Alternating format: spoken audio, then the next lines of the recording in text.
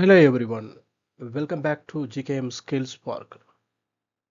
Today we learn about a part of speech in English. In English, 8 part of in English, namely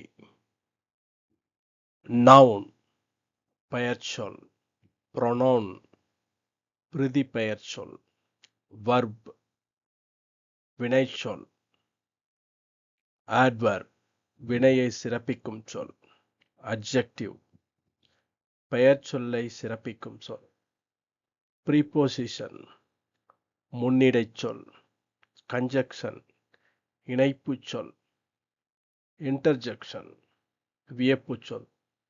இந்த மாதிரி இருக்கு. ஆனால் மெட்ரிகுலேஷன்லேயோ சிபிஎஸ்சிலையோ படிக்கிற குழந்தைங்க வந்து இது தெரியுது, இங்கிலீஷில் தெரியும் அவங்களுக்கு பார்ட் ஆஃப் ஸ்பீச்னா என்னன்னு.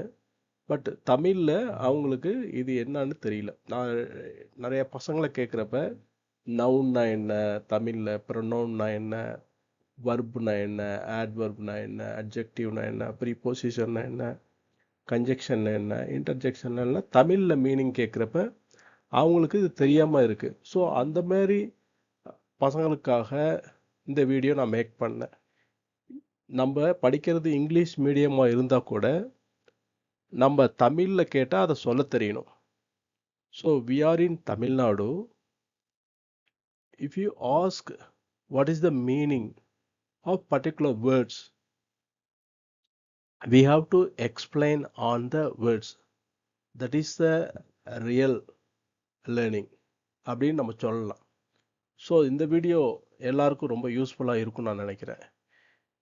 இதை உங்களோட பார்க்காம எல்லாருக்கும் ஷேர் பண்ணிங்கன்னா மற்றவங்களும் இதை பார்த்து பயன்படுவாங்க. ஸோ தேங்க்ஸ் ஃபார் வாட்சிங். I will see you next video. Till then, bye bye.